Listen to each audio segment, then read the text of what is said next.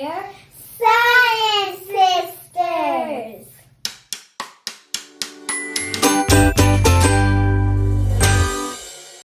Listen up, science kids. Today we're making slime. And all you need is an Elmer's glue, baking soda, and some contact solution. And if you want, you can use some food coloring and some charms too. Let's get to making it. You can use any bowl that your parents approve of, but this is the one that our mom gave us because it comes with a lid and it's easy for storage.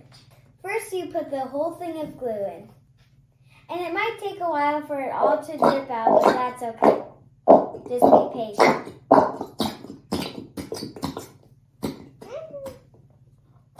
Sounds like a pig. Next, you need 1 to 2 tablespoons of contact solution. And the glue is very sticky, so the contact solution makes it firmer and easier to play with. Whoa.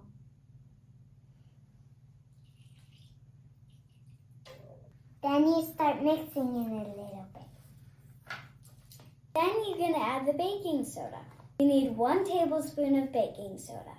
Now that you have all 3 of your ingredients in, you can start mixing for about 2 minutes, and you can also add your food coloring in if you'd like to. And I put about 2 drips in.